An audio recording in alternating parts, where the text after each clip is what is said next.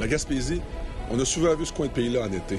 Le bleu de la mer, les couchers de soleil épiques, puis les touristes sur la plage. Mais là, c'est différent. Le froid, la glace et la neige deviennent le quotidien des Gaspésiens. Ici, c'est l'hiver. Le vrai.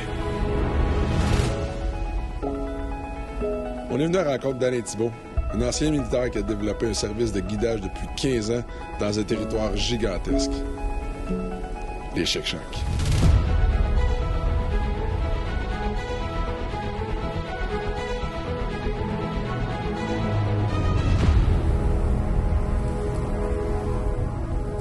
Alain Thibault, propriétaire d'Extrême Chic-Choc, merci de nous recevoir dans ton coin de pays. On est à Sainte-Anne-des-Monts présentement.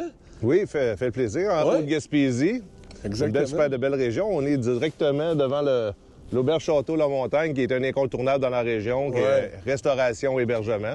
C'est une super belle place. On a une super vue sur la mer en plus. Alors, En bordure du fleuve Saint-Laurent. Et j'ai comme l'impression que c'est un hub ici, vraiment, pour la motoneige hors piste. J'en ai beaucoup entendu parler. Les Chic-Chocs qui sont juste à côté. Puis ça, c'est ton gros terrain de jeu, on peut dire? Oui, comme tel, parce qu'on a la mer. D'autres, on borde surtout, on va s'amuser entre le parc de la Gaspésie puis la réserve. Oui. Entre la mer et le parc de la Gaspésie. C'est un incontournable aussi pour ça, pour la motoneige hors piste. Là. On a des très belles montagnes, très escarpées, beaucoup de terrain ouvert, beaucoup de tree riding. On a pour tous les goûts. Là. C'est vraiment un summum, là. Bien, j'en ai entendu parler au fil des années. Chic-Choc, c'est ma première fois ici. Et bon, j'ai fait des petites recherches. Et c'est drôle, quand on fait des recherches sur Sainte-Anne-des-Monts ici, quoi faire, les activités, une des choses principales à faire, c'est de la motoneige avec Extrême Chic-Choc. C'est quand même intéressant, puis ça en dit long, justement. Fait que j'imagine que, bon, les conditions sont vraiment exceptionnelles. J'entends parler de la neige, qu'il y a beaucoup de neige ici, justement, dans les montagnes. Donc, c'est notre 15e année d'opération. On commence notre 15e année, 15e hiver. Oui. Comme on dit, comme la Haute-Gaspésie, je l'appelle comme ça. Ah oui? Tu parles, justement, d'amener les gens dans les montagnes. Donc, tu es un guide de motoneige hors piste. Il faut le mentionner, il faut en parler parce que c'est important. Il y en a qui peuvent s'aventurer justement seuls dans les montagnes et il peut y avoir des pièges. Il faut faire attention quand même. La sécurité c'est sûr, la sécurité, c'est la chose la plus principale, on pourrait dire. Oui, tu peux venir avec des guides. Il y a d'autres compagnies de guides, mais aussi tu peux venir seul. Mais tu sais, il faut tout le temps que tu t'organises pour au moins dire à la personne...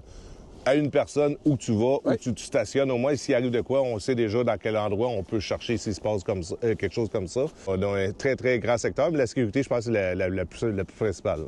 Alain, quand on est venu ici, je me disais, bon, on a quand même 5-6 heures de route à faire, mais ça se fait quand même bien. Ça m'a surpris quand même, ça a passé très vite le voyage pour venir en Gaspésie. Bien, les gens pensent qu'on reste très, très loin, qu'on reste au bout du monde, d'une certaine façon. Parce que même les premières années, des fois, il y a du monde qui m'appelle et dit « Avez-vous du gaz? » Là, on a tout ce qui se vend. On a toute la sorte que tu veux. Mais tu sais, du pont Pierre-Laporte à Québec jusqu'à Saint-Anne-des-Monts, c'est 5 heures. Mais aujourd'hui, avec les routes, jusqu'à Rimouski, c'est quasiment l'autoroute. Puis quand on tombe sur la 132 avec des paysages grandioses comme ça, surtout si t'es jamais venu, faire un tour en Gaspésie, c'est sûr là, que c'est vraiment hot. Là. C'est drôle parce que moi, je suis réussi avec l'équipe de tournage et on a placoté tout le long de motoneige. Puis bon, on anticipait vraiment l'endroit ici. Puis ça a passé dans le temps de dire on arrive ça. On est déjà arrivé. Et là, on arrive ici à l'auberge ou l'hôtel. C'est quoi le nom? C'est le château ici? Auberge Château-La Montagne. Auberge du Château-La Montagne qui est magnifique. Parle-nous de l'endroit. On voit en arrière de nous. Ça a été bâti dans les années 1800 quelques. Là. C'est un super de bel endroit. Là. Avec la vue sur la mer comme ça, là, c'est... C'est beau le Québec. On va aller en profiter. On va aller s'amuser en motoneige. Yes, t'es prêt? Plaisir. On est parti.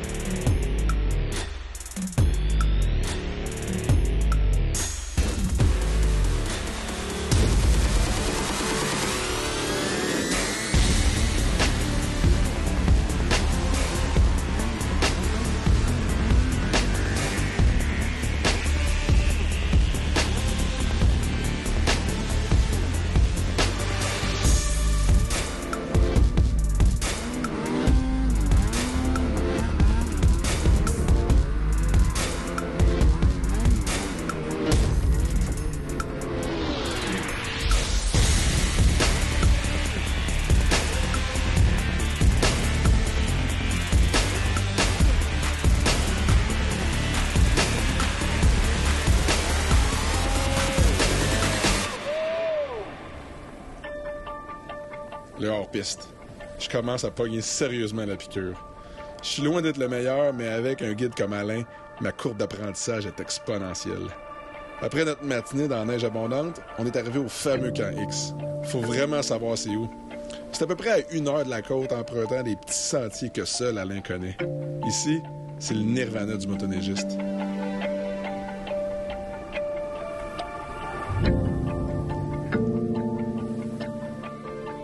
Alain, on vient d'arriver à ton camp X, qui est ton endroit, ton terrain de jeu, finalement, pour ton guidage en motoneige hors-piste. Écoute, parle-nous de l'endroit. C'est complètement exceptionnel. On se croirait sur une autre planète, présentement. Là. Non, c'est de toute beauté. Vous avez des journées comme ça. La totale, hein? Là, c'est la totale. Là. On va dire, là, c'est le summum. Là. Ouais. Gros soleil, ciel bleu, les arbres sont chargés de neige. Il n'y a pas un once de vent.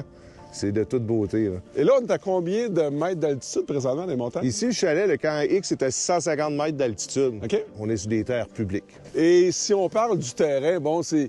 J'ai comme l'impression qu'il y a différents... Il y a un peu de tout. Il y a des clairières, il y a évidemment des montées, des crevasses, plein de trucs qui font en sorte qu'on peut tester nos capacités de vraiment vivre quelque chose d'assez exceptionnel. Bien, le hors-piste, c'est ça. C'est un peu plus un marginal. C'est vraiment... C'est pas une question de vitesse, c'est d'essayer des choses. Alors, on a du terrain ouvert où il y a déjà eu des bûchers à cause de la tordeuse d'épinette. Ils ont coupé les arbres parce que là, il est en train de perdre la forêt. Ça nous fait des beaux endroits ouverts.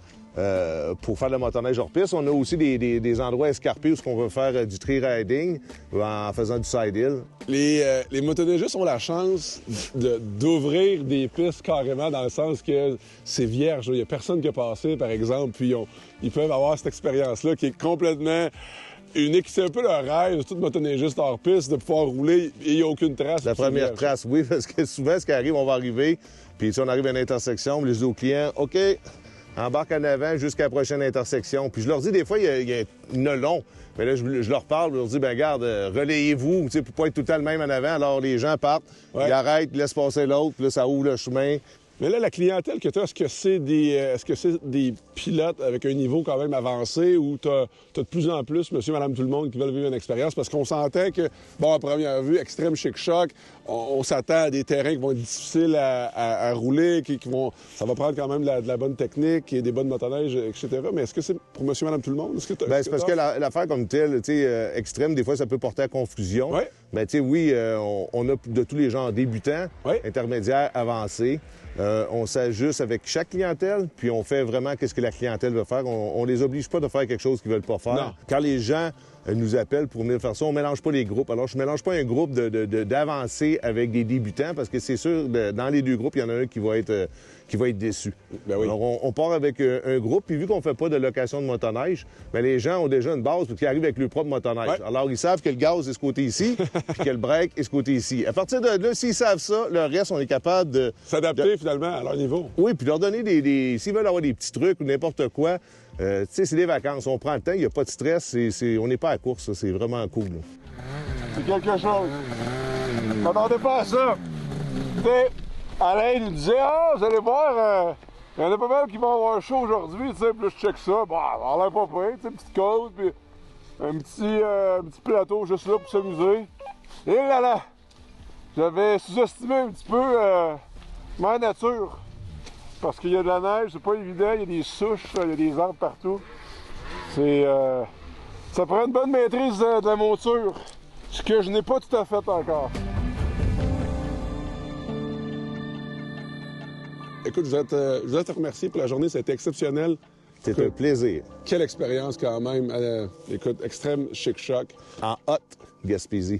C'est ça exactement. En haute Gaspésie. Longue vie à extrême chic-choc. C'est comme on dit, c'est mon slogan. On est une entreprise chic, une destination choc. On termine ça fort.